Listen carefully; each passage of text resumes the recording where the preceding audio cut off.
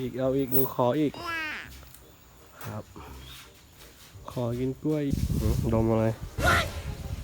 มันมีอะไรให้ดม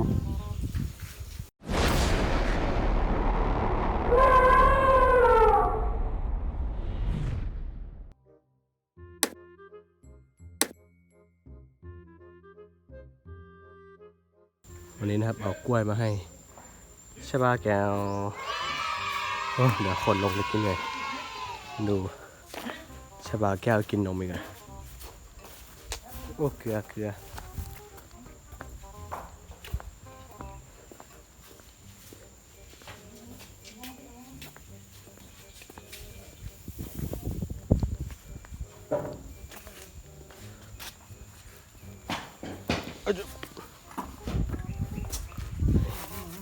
้วยมาล่อพอดีแล้วเด็ด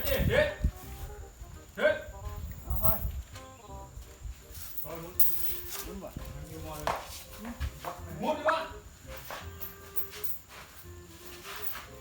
โอ้ยตัวนี้รู้หน้าที่แล้ว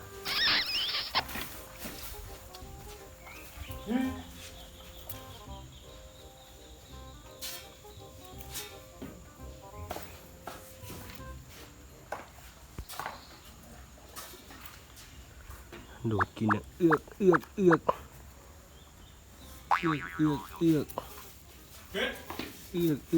กครับไปกินกล้วยวะกินเป็นวะฮะ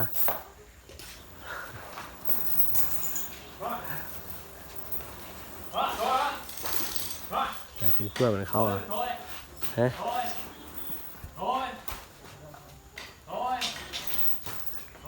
หอมไหมครับกล้วยอะไรเฮ้ยอะไรนี่ห่วงแม่นี่กินไป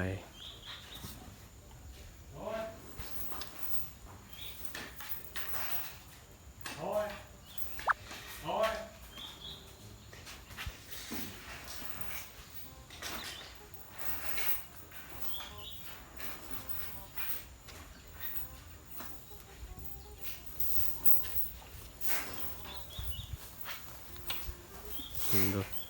ทาไม่โศกเอาอีกหนูขออีกครับขอกินกล้วยอีก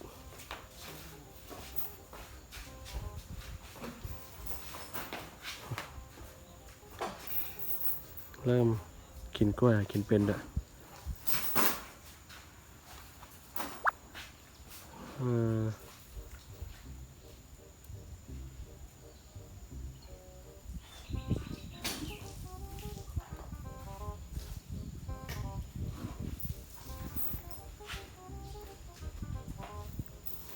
ตัวใหญ่เท่าเดิมเลยดูไปแล้วนักขึ้นป่ะครับนี่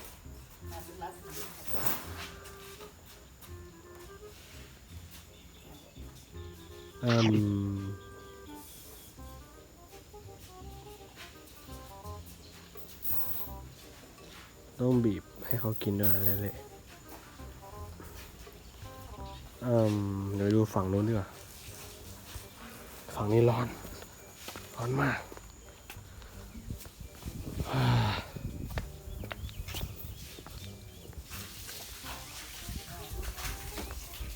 นม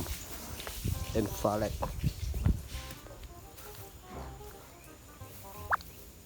ฮะ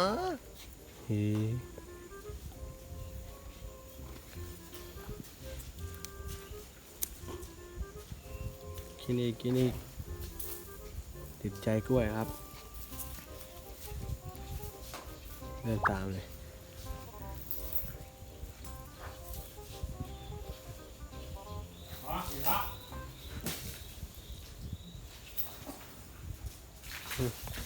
นี่ขนขาวๆอ่ะ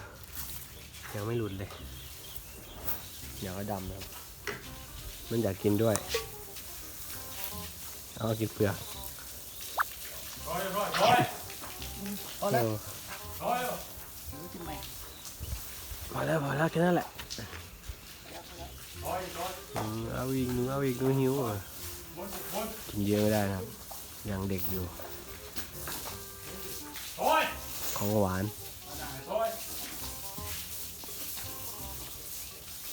จ้ายมาจับเราเหรอ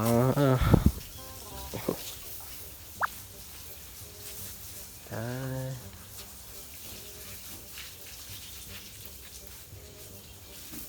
ชะบาแก้ว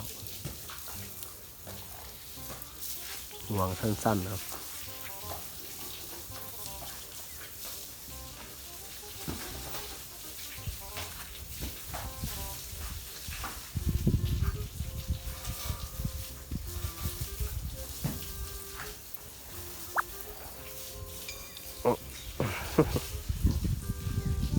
ดมอะไรมันมีอะไรให้ดมตัวนี้น่าจะกลายเป็นช้างบ้านแล้ว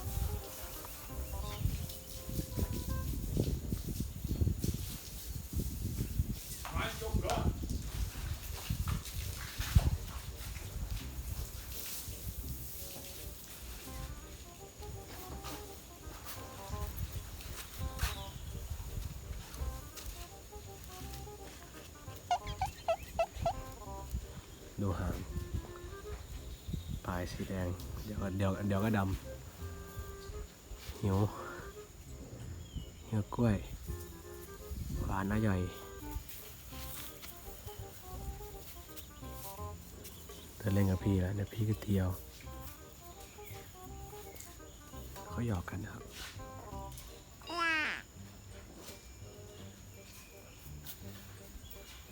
เคยกัดมือหนองครับโอเคดึงมือน้องไม่เคยกัดมือแต่2 ปีแล้วว่านั่นแม่น2 ปีแล้ววะ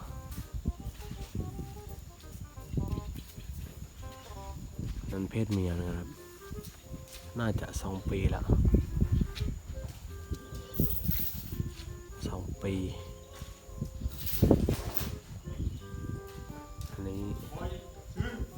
อันนี้มาอยู่นี่จะเดือนละ2 เดือน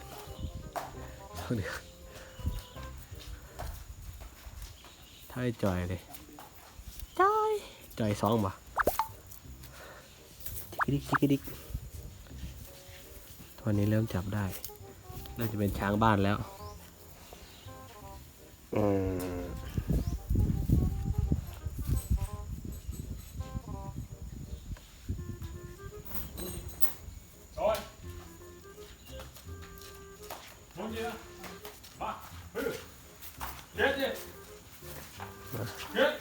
เขารู้นะครับว่าจะได้กินนมเดินไปรอเลย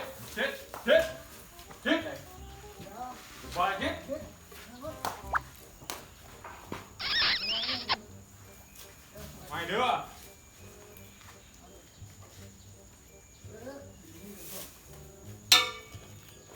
ล่อนะครับเป็นการล่อ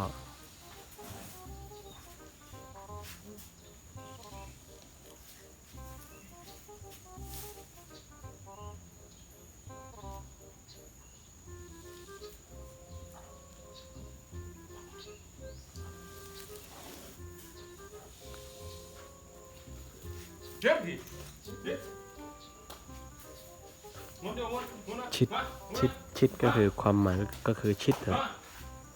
ให้ใกล้เข้าไปหมุนก็คือหมุนครับหมุนมาแล้วก็หมุนมาชิดแล้วก็ชิดเขาให้ลูกกินอยู่ไม่อยากกินตาเหลือก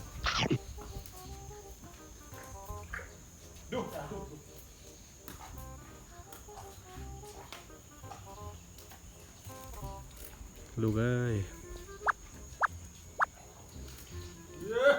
อ้วนนะครับแต่ว่ามันยังไม่ขึ้นหลัง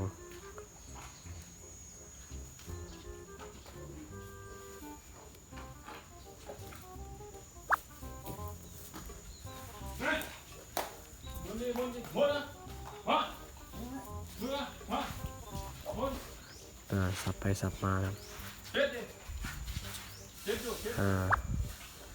ชบาแก้วเขาก็รู้นะว่าแม่หันมาให้กินนมแม่เลี้ยงดูทั้งจวบเลยดูแล้วก็หูกระดิก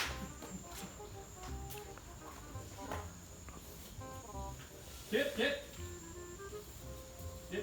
ตัวตุนรอกินกล้วยเลยเห็นแต่ปากอ้ายนะ เด็ดนะเด็ดนะเด็ดเอา เกนน้องเกน เดี๋ยวอื่นใหม่ ฝากกด subscribe ด้วยนะครับ ให้เขากินนมไปเดี๋ยววันหลังมาดูไหม